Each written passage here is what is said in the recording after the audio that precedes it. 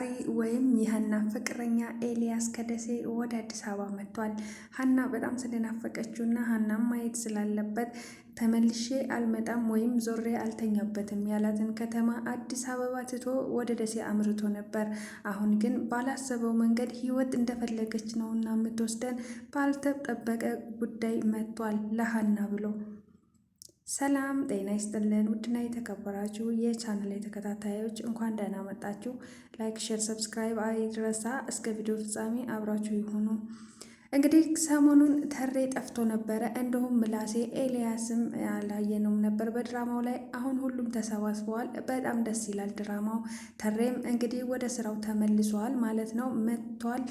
ኤልያስም ከደሴ ወደ አዲስ አበባ ሀናን ለመጠየቅ መጥቷል። ደስ ይላል ድራማው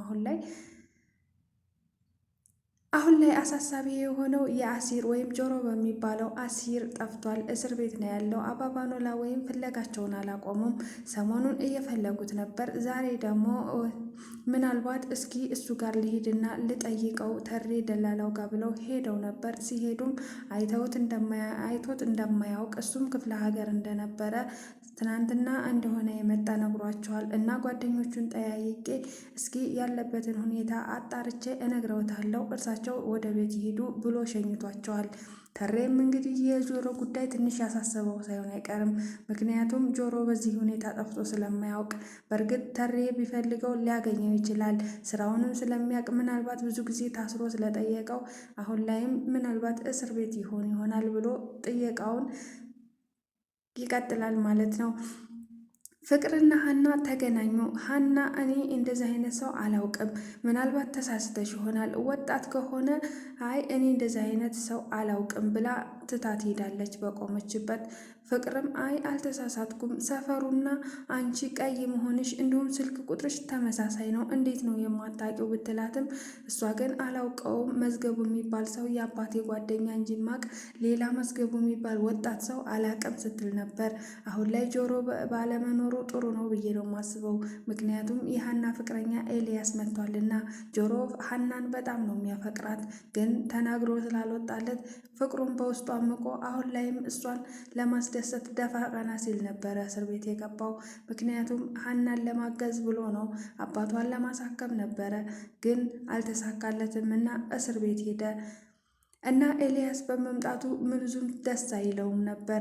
ምክንያቱም ኤልያስ ሀናን እንደሚያፈቅራት ጫፍጫፉን ያውቃል። ምክንያቱም በፊት ተሬ ጋር እየደወለ ሀናን እንዲንከባከባትና ለሀና አንዳንድ ነገሮችን እንደሚያሟላለት ያውቃል።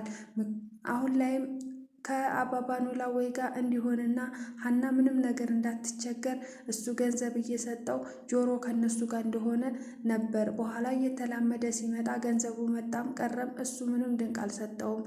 አንደኛ ሀናን ወዷታል፣ ሁለተኛ አባባኖላ ወይ ጥሩ ሰው ናቸውና የአባት ፍቅር እየሰጡት ስለነበረ ገንዘብ የራሱ ጉዳይ ብሎ ነበር የቀረባቸው። ግን ፍቅሩ እየጨመረ መጥቷል። አሁን ታዲያ ነገሮች ውስብስብ ያሉ ናቸው። የሀና አፍቃሪ ኤልያስ ፍቅሩን ገልጾላታል። እሷም አልጠላችውም። ግን አሁን ላይ መቅደም ያለበት ነገር ይቀድማል። አባቴ ላይ ነው ትኩረቴ፣ ስለ ፍቅር አሁን ላይ ምንም ነገር ጊዜ የለኝም ነበር ያለችው። በአሁኑ ግን ብቸኝነት ስለመረራትና ነገሮችን ብቻዋን መግፋት ስላልቻለች ፍቅሩን ተቀብላ ከሱ ጎን የምትቆም ይመስላል። ምክንያቱም ምንም ምክንያት መጣክ እንዴትም መጣክ አሁን ላይ መጠየቅ አልፈልግም፣ ግን ስለመጣህ ደስ ብሎኛል፣ ብዙ ነገር ተወዛግቦብኛል ስትለው ነበር። እሱም እንድትነግረው ጠይቋት ነበር። እሷ ግን ኤልያስ በስልክ እነግርሃለሁ፣ አሁን ልነግርህ አልችልም፣ አሁን ከስራ የወጣሁትኝ የሆነ ሰው ላገኝ ብዬ ነው፣ ሰዓቱ ረፍዷል፣ እደውልልሃለሁ ብላ ነበር የተለያየችው። ደግሞ አልተገናኙም። በሚቀጥለው ሳምንት አብረው እንደሚሆኑ እናውቃለን።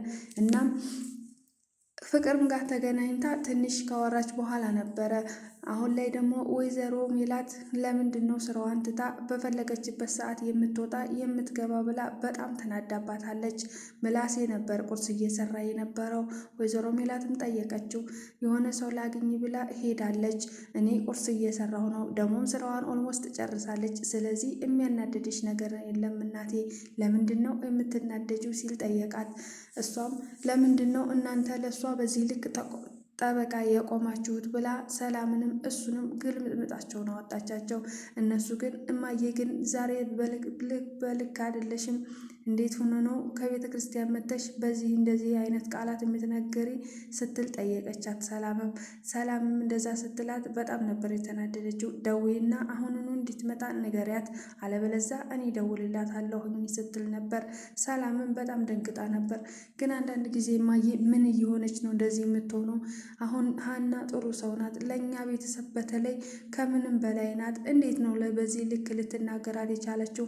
እሷ አልነበረች እንዴ ለሀና ጠበቃ የነበረች? አሁን ለምንድን ነው ተነስታ እንደዚህ የምትሆነው? በማለት ቢወዛገቡም እንኳን እናም እንግዲህ የሄደችበትን አሳክታ ወደ ስራዋ ተመልሳለች። ወይዘሮ ሜላት ምን ይሏት ይሆን? ይቆጧት ይሆን? ምናልባት አንድ ቀን ልጃቸው መሆኗን ሲያውቁ የሚጸጽታቸውን ቃላት እየተናገሩ ነው። ከዚህ በፊት ደጋግመው አስቀይመዋት በተደጋጋሚ ይቅርታ ብለዋታል። ሀና ግን ገንዘብ ስለሚያስፈልጋትና ይሄ ስራ ለሷ አመቺ እንደሆነ ስለገባት ምንም ቢሏት ምንም መቀየምን የሚባለውን ነገር አታውቀውም። ወይዘሮ ሜላት አንዳንድ ጊዜ ብስጭት ሲላቸው ይናገሯታል። በልጆቹም ሲበሳጩ እሷ ላይ ነው ንዴታቸውን የሚወጡት። እሷም ግን ልጃቸው ናት። አንዳንዴ ደግሞ አቅፈው ሀንዬ እያሉ ብዙ ጊዜ ይስሟታል። ግን እሷ ሁሉንም ነገር ችላ እስካሁን አለች። በአሁኑ ግን ትንሽ የከበዳት ይመስላል። ኤልያስ ስለመጣ ትንሽ ውስጧ ያለውን ስሜት መናገርም ትፈልጋለች። ወይዘሮ ሜላት በተናገሯት ሰዓት ቤቱን ጥላም ልትሄድ ትችላለች። ምክንያቱም ሀና ደክሟታል። በጣም ነው የመረራት። የአባቷንም ሕክምና በዚህ ሁኔታ ስራ ሰርቼ ይሄ ሁላ ብር አግኝቼ አባቴን ላሳክመው አልችልም። ስለዚህ ዶክተሩም በአንድ በኩል ሕክምናውን አስጀምር እያለ ይጨቀጭቃታል። እሷም ገንዘቡ የላትም እና የቤት ሰራተኛ ሆና በቤት ሰራተኛ ደሞዝ ያን ሁሉ ገንዘብ አጠራቅማ እንደማታሳክመው ግልጽ የሆነላት ይመስላል። እናሳ መጨረሻው ምን ይሆን? ሀና ተስፋ ቆርጣ ስራውን ትታ ወደ ሀገሯ ትሄድ ይሆን ወይስ በዚሁ ትቀጥላለች? ወይዘሮ ሜላትስ መቼ ነው ልጃቸው መሆኑን የሚያውቁት? ልጃቸው እንደሆነችስ እንዴት ነው ሊያውቁ የሚችለው? በፊት መስቀል ስታደርግ የሆነ መስቀል ነበረ ስጦታ የሰጡት፣ እሱን ስታደርግ ነበረ የሚያስታውሱ። ግን አሁን ላይ ትንሽ ውዝግብግብ ያለ ነው።